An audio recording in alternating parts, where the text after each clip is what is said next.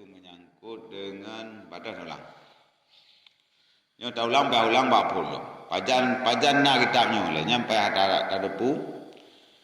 Ba amma ba'du adapun kemudian daripada itu maka hijrah Nabi 1140 tahun pada 5 hari bulan Muharram sama dengan bulan Muharram tahun 1320. Terbaik perindungan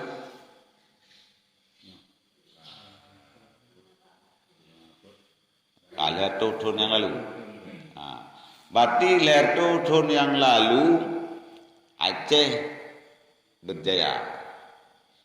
Iskandar Muda atau nak dengar? Tuan Madin, apa dia nak? Lepegah BO judul lom tu nyambung ana judul BO ana nyambung. Cipa Pak Andam pokok Tuan Madin Iskandar Muda. Nyo dah pegah.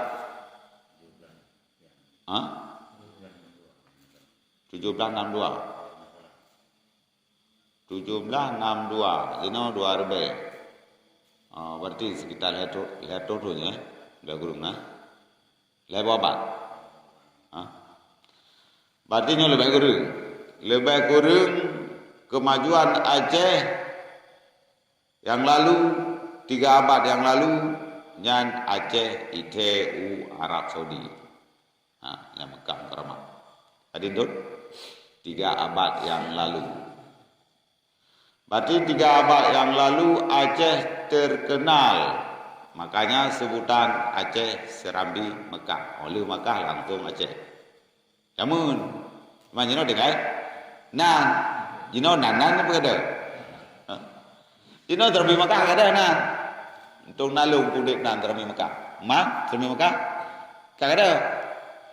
Berarti maju Aceh, wate erat hubungan antara Arab dengan Aceh. Nyan lagi hubungan danyo rumah inang ngan Teramo.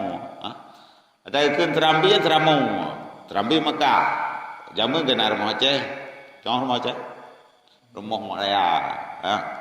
Itu yang rumah Aceh dan ada oli. Nyan begah orang Aceh rumah Aceh ada rumah ada Aceh ada. Nyan dah begah orang Aceh. Yang lebih lucu